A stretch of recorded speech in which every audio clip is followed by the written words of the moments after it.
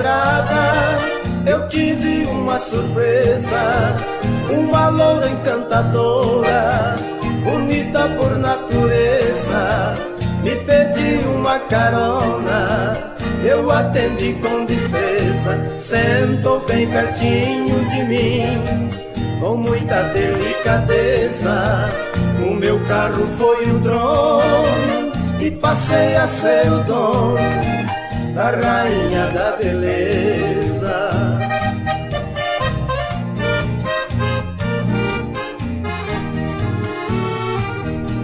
Foi o dia mais feliz que meu coração sentiu, mas meu mundo encantado de repente destruiu, ao ver a loura tremendo, gemendo e suando frio.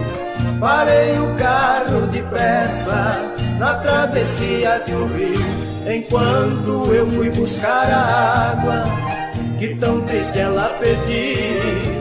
Ouvi cantar os pneus e me dizendo adeus, com o carro ela sumiu.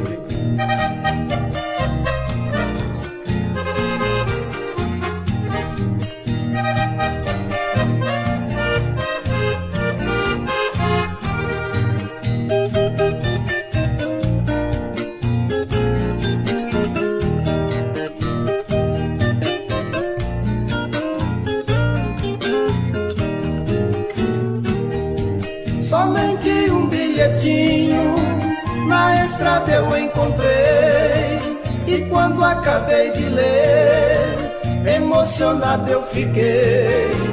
No bilhete ela dizia: por você me apaixonei, só peço que me perdoe do golpe que eu lhe dei.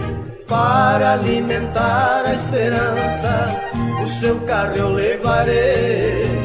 Me procure, por favor, quando me der seu amor, o carro eu entregarei.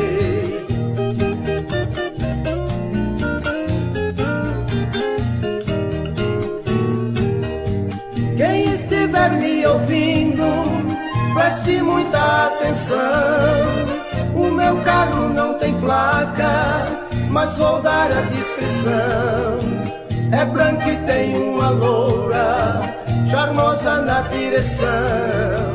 Dou o carro de presente a quem fizer a prisão. Por ela ter roubado o carro, já dei a absolvição.